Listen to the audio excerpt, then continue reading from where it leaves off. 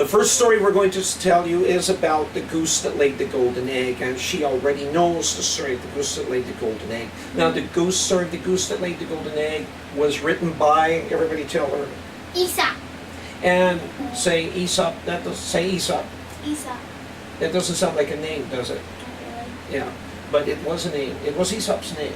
And he told many stories, and all of them began with once upon a time and ended with a lesson. Lessons don't sound like fun today, but they are though. Some of them are kind of scary. Everybody say ooh, and some of them are kind of funny. Everybody go ha ha ha.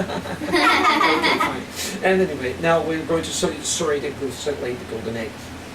There was this farmer, and he was very lonely and a very poor farmer, and he had nothing on his farm except a goose. He had no horse to pull the cart. He had no plow to pull no ox to pull the plow in the field. Nothing except this goose, and such a selfish goose that most of the time he didn't even lay an egg for the farmer's dinner. And one time the farmer came, so sad, by his looking at the goose to see if there was an egg, and of course there wasn't any, and the goose looked after him as he walked away, and the goose said, he looks so sad.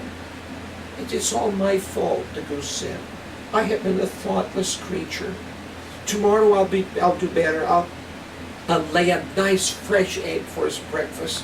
Won't that be nice? And she said, I won't just make an ordinary egg, which cannot be so good for such a nice egg. I'm going to lay a golden egg.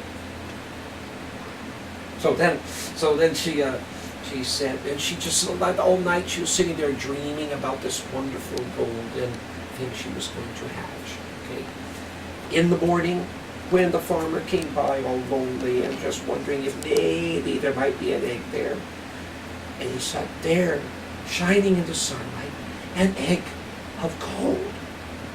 And he could hardly believe it. He turned it in his hands, and he just wept for joy. And this made the goose feel good all morning.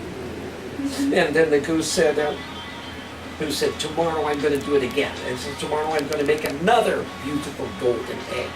So then the farmer, next morning he came.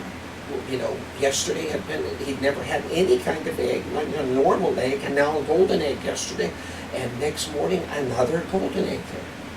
Well, the farmer was rich now, 2 golden eggs. And he could buy an ox for his farm, he could buy improvements for his farm, and he wasn't lonely anymore. So many new friends, people who never paid any attention to him when he was poor. Now he was rich, suddenly they wanted to be his friend. So then he, but every day the goose laid another golden egg. And every day the farmer changed a little bit. As he grew richer, he also grew greedier. And one day the thought crossed his mind, why doesn't that silly goose of mine lay 2 golden eggs a day? And now all he could think about was his lazy, his thoughtless, his inconsiderate goose who only laid him 1 golden egg a day. And he started hanging around the nest and insulting the goose and saying, you are full of the golden eggs, therefore those are my eggs because you are my goose. And so the more he thought about that, the more he thought about having lots and lots of golden eggs. And the more he got excited about it, he said, I want to have them all now. And he said, all I have to do is go cut open the goose and take all the golden riches right now. So he grabbed it. My pen is gone, so I can't pretend the pen is here. Okay.